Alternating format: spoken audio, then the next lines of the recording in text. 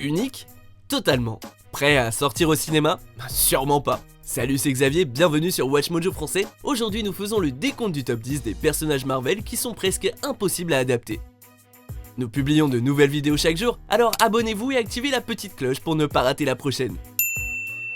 Pour cette liste, nous passons en revue les personnages de Marvel Comics qui sont très difficiles à adapter au grand écran, et ce pour tout un tas de raisons. Et notez bien, s'il vous plaît, que je ne parlerai que d'adaptation en prise de vue réelle. Numéro 10, la mort. Ce qui est sûr, c'est que Thanos et le film Infinity War ont tous les deux été très bien reçus par les fans de comics et les spectateurs. Mais s'il y a bien une chose qui a manqué aux fans de comics, c'est la mort. Bon, certes, plein de personnages sont morts, mais là je parle de la mort elle-même, dont Thanos est amoureux dans les comics. Dans le format papier, sa quête ne concerne pas du tout la surpopulation du monde, il cherche à impressionner la mort. Le truc, c'est que la mort est là depuis le début des années 70 et que les lecteurs sont habitués à sa présence. Mais dans le MCU, elle aurait eu l'air déplacée, voire même carrément ridicule. Numéro 9, Jack O'Lantern. Alors les réalisateurs ont déjà eu assez de mal à rendre crédible le bouffon vert au grand écran, ils ne parviendraient sûrement pas à rendre justice à ce personnage-là. Jack O'Lantern est un nom qui a été adopté par divers individus, mais il est surtout associé à l'imitateur du super bouffon Jason McKendall, qui est déjà un dérivé du bouffon susmentionné. Certes, on pourrait oublier les liens du méchant, mais même isolé, Jack O'Lantern est difficile à vendre au grand écran. Regardez un peu le mal qu'ils ont eu avec la tête enflammée de Ghost Rider.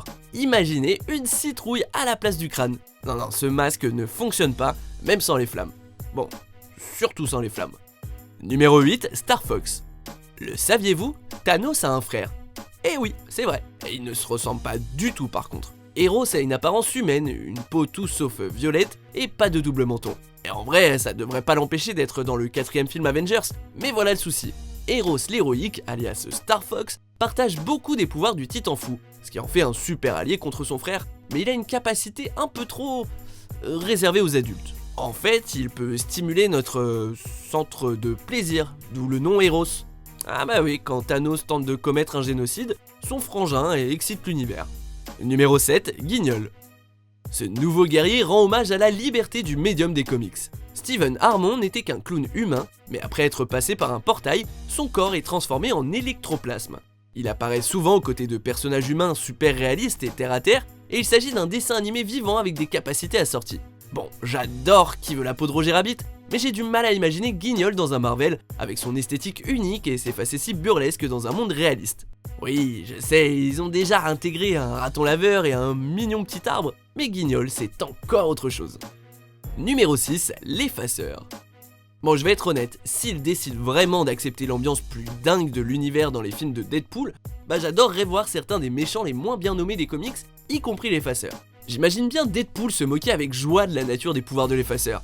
D'ailleurs, voilà le pire, en fait, il n'efface rien. Il emmène des gens dans sa dimension, ce qui donne l'impression qu'ils disparaissent. En réalité, c'est juste un kidnappeur interdimensionnel. Franchement, la différence entre le nom et les capacités serait juste trop longue à expliquer. Désolé, pas désolé l'effaceur, mais dis au revoir au film. Numéro 5, MODOK. Malheureusement, ce méchant n'apparaîtra probablement pas au grand écran, malgré le fait qu'il s'agit de l'ennemi de Captain America. Comme la mort, il vient d'une ère plus simple et spéciale dans les comics où les lecteurs étaient plus tolérants vers les concepts et héros rigolos. MODOK, qui en anglais est l'acronyme d'organisme fou, mobile et mécanique conçu uniquement pour tuer, est arrivé en 1967. Du coup, les fans modernes ont eu tout le temps de s'habituer à la tête flottante et d'apprendre à aimer ses excentricités. Et en tant que chef de l'AIM, son inclusion dans le MCU serait super logique s'il n'était pas aussi chelou. Numéro 4, les Vengeurs des Grands Lacs.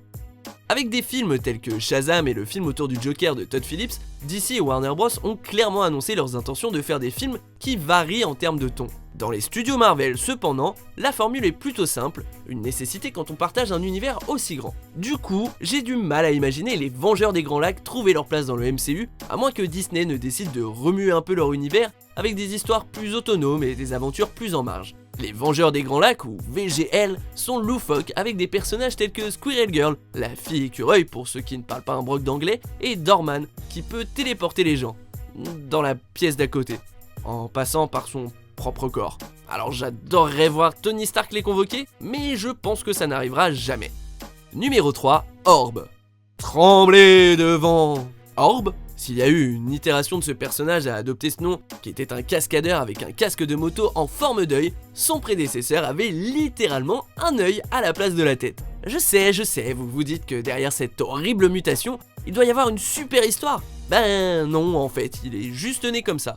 Bon, si Marvel veut atteindre un public plus restreint, Orb pourrait faire un super monstre de film d'horreur, mais dans un film de super-héros conventionnel, il est juste trop chelou pour être vu aux côtés des héros de l'univers existant, y compris ceux de Disney, Sony ou Fox. Et ne me lancez pas sur son gang de méchants.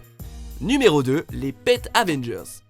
Est-ce que vous trouvez les Vengeurs des Grands Lacs difficiles à adapter au grand écran? Alors imaginez qu'on vous demande de faire un bon film Pet Avengers. Pet en anglais veut dire animaux de compagnie ou domestiques, et il s'agit d'un groupe constitué de divers animaux du monde de Marvel, comme Lockjaw, une grenouille nommée Thor, et Nils, le chat de Speedball entre autres. Baby et l'incroyable voyage sont plus ou moins les deux seuls bons films en prise de vue réelle qui viennent à l'esprit. Et avec des super pouvoirs en plus, je suis certain que n'importe quel film Avengers tomberait dans le territoire des nanas ridicules avec ses héros. Numéro 1, Mojo. En plus d'être super bizarre, Mojo est vraiment très moche. Il s'agit d'une espèce de truc gélatineux jaune issu d'une race sans colonne vertébrale. Son corps est rempli d'une technologie avancée qui lui permet de bouger et le rend encore plus affreux. Alors voilà, adapter c'est un véritable cauchemar, même avec des effets numériques. Et puis il y a son histoire qui implique une dimension accro à des émissions télévisées super violentes. Certes, c'est vraiment un beau symbole des comics complètement ouf des années 80, mais un symbole impossible à mettre dans un film de super-héros contemporain. Y'a que son nom qui claque, objectivement. Est-ce que vous êtes d'accord avec cette sélection? Dites-le moi en commentaire, jetez un coup d'œil à ces autres super vidéos de WatchMojo français, et si ce n'est pas fait, abonnez-vous.